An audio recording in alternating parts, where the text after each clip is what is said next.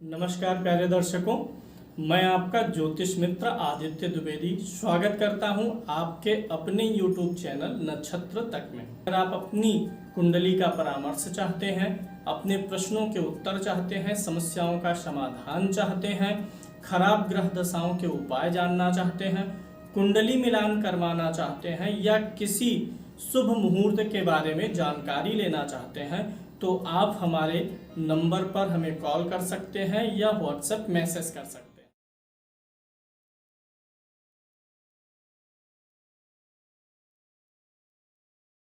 हैं। ज्योतिष सीखने की आपने इच्छा प्रकट की है और ज्योतिष सीखना शुरू कर दिया है आपने, तभी आप इस वीडियो पर हैं, इस कार्यक्रम पर हैं। ज्योतिष सीखने के लिए फंडामेंटल्स बहुत ज़रूरी होते हैं। जिनका ज्योतिष का ज्ञान शून्य है, जिनको शुरू से ही ज्योतिष शुरू करना है सीखना, उनके लिए यह चीज़ बहुत महत्वपूर्ण है। कॉपी पेन ले लीजिए और चीज़ों को लिख लीजिए। देखिए, ज्योतिष में जो हम सबसे पहली चीज़ जो सीखना बहुत ज़रूरी होता है वह चीज़ है ज्योतिष का बेसिक ज्ञान होना चाहिए। और ज्योतिष के बेसिक में हम क्या सीखते हैं कि इसमें 3 चीज़ें होती हैं ज्योतिष के बेसिक में। एक तो होता है ग्रह, एक होती है राशि और एक होता है भाव।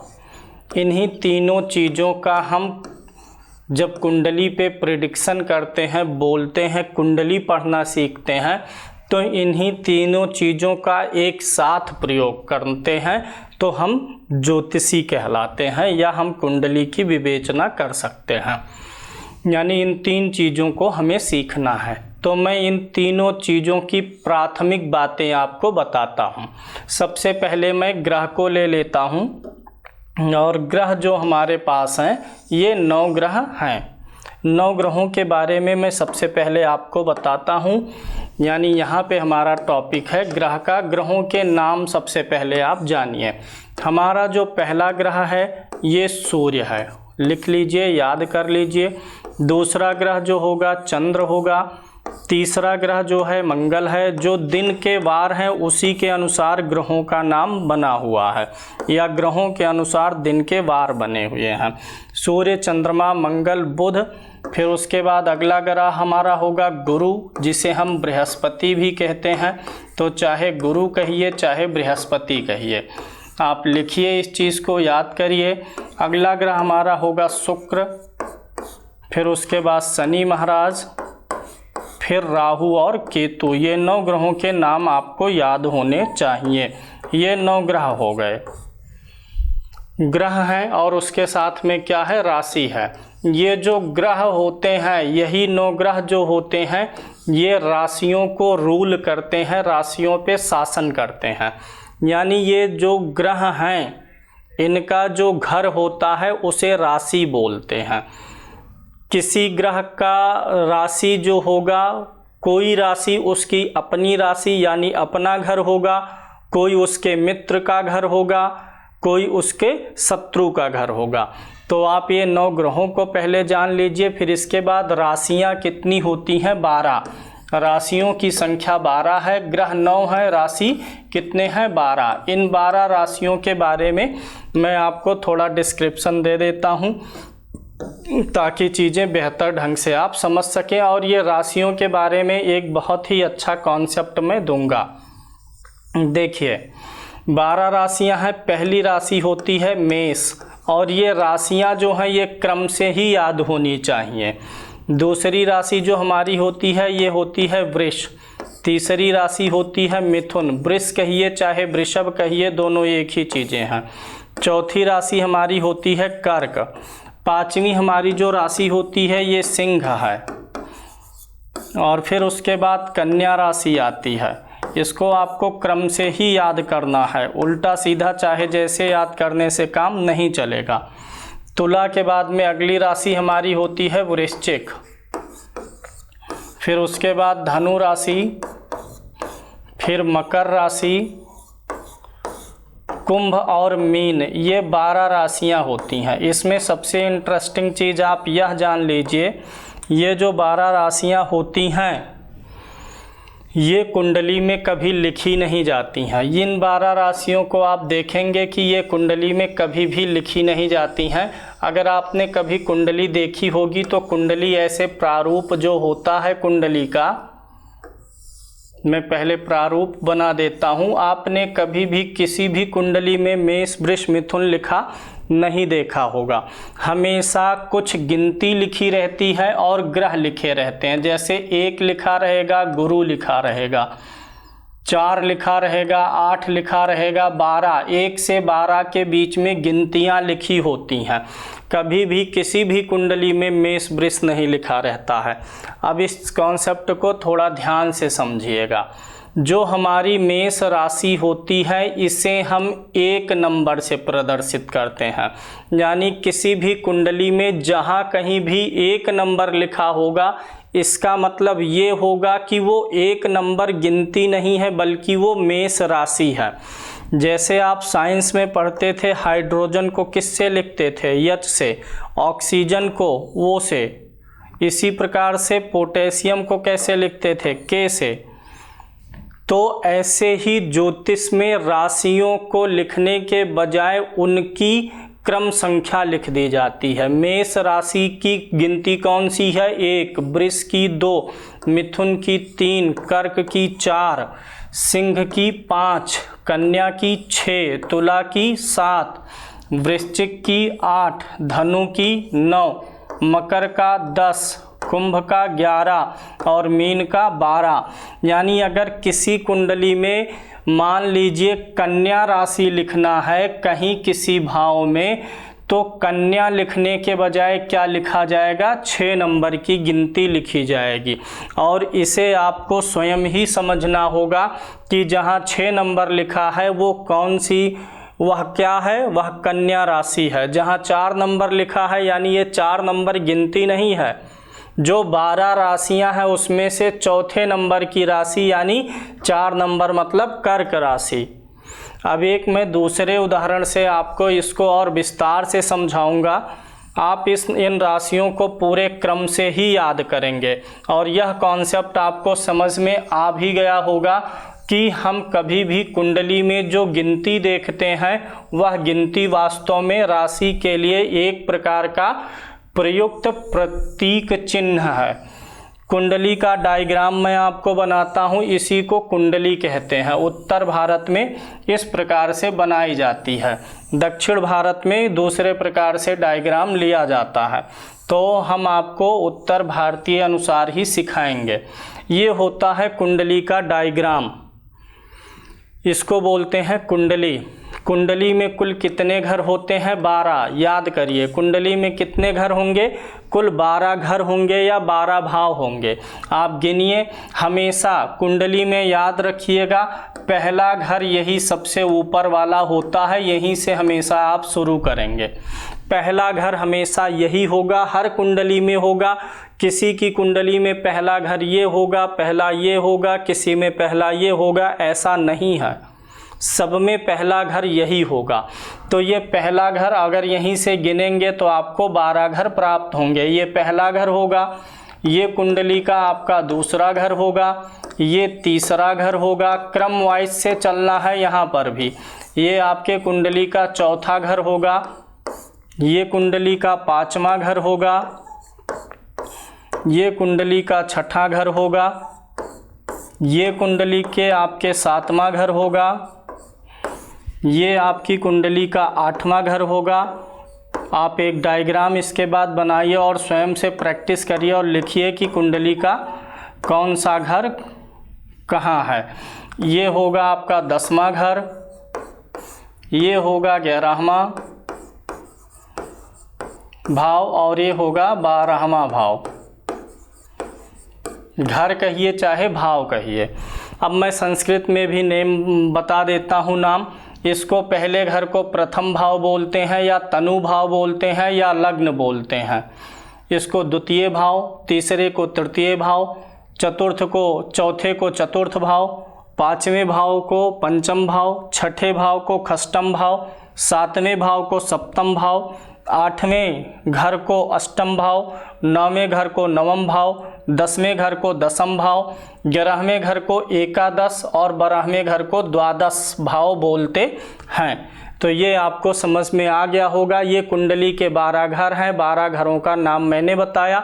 और सबसे मेन कॉन्सेप्ट क्या है कि ये जो 12 घर हैं ये हमेशा फिक्स होते हैं, अस्थाई होते हैं। इनमें कभी भी किसी प्रकार का किसी भी कुंडली में कोई परिवर्तन नहीं आता है।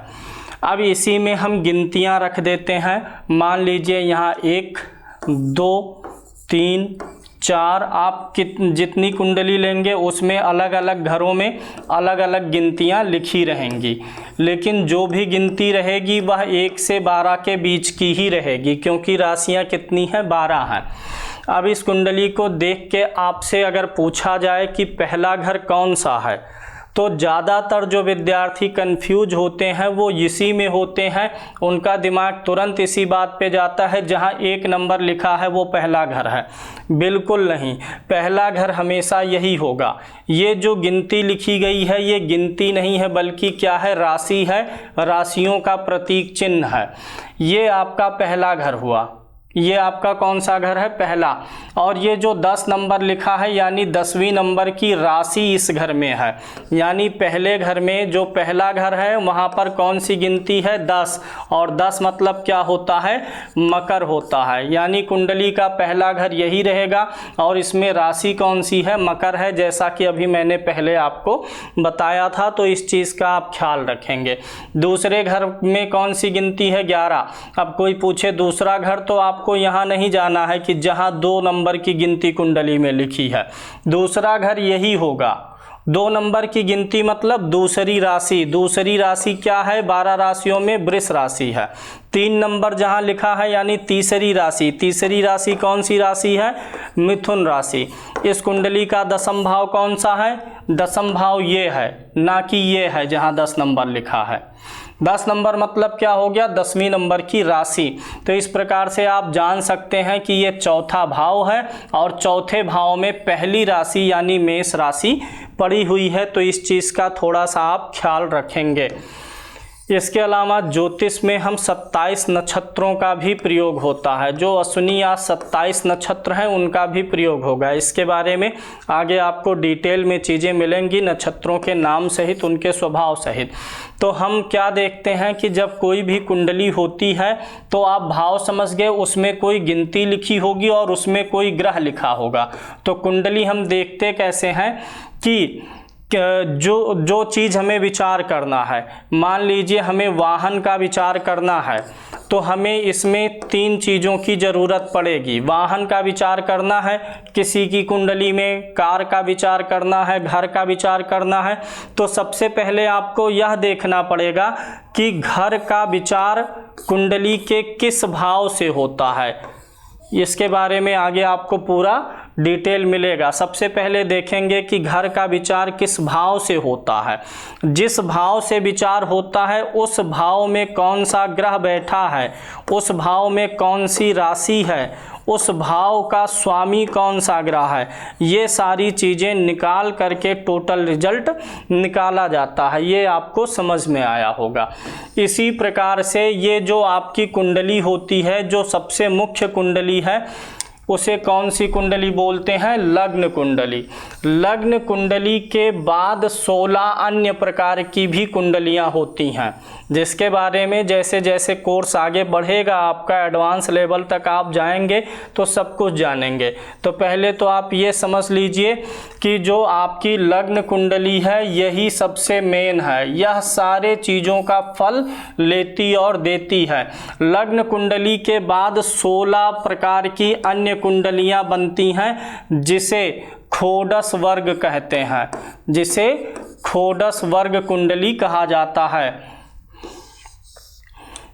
खोडस वर्ग कुंडलियों में अलग अलग चीज़ें देखी जाती हैं। जैसे कोई चीज़ आपने लग्न कुंडली से देख लिया कि यहाँ पे आपको अच्छा मिल रहा है, जैसे घर का सुख अच्छा मिल रहा है, तो उस चीज़ को कंफर्म करने के लिए जो घर के सुख वाला अलग से एक कुंडली बनता है खोडस, वर्ग मतलब 16 प्रकार की कुंडलियाँ, खोडस मतलब 16, तो उसमें जाएंगे। जैसे अगर आपको स्किन की प्रॉब्लम है तो आपके लिए अलग डॉक्टर है, ऐसे अगर आपको हड्डी की प्रॉब्लम है तो अलग विभाग है, अलग डॉक्टर है, हार्ट के लिए अलग विभाग है, न्यूरो के लिए अलग विभाग है।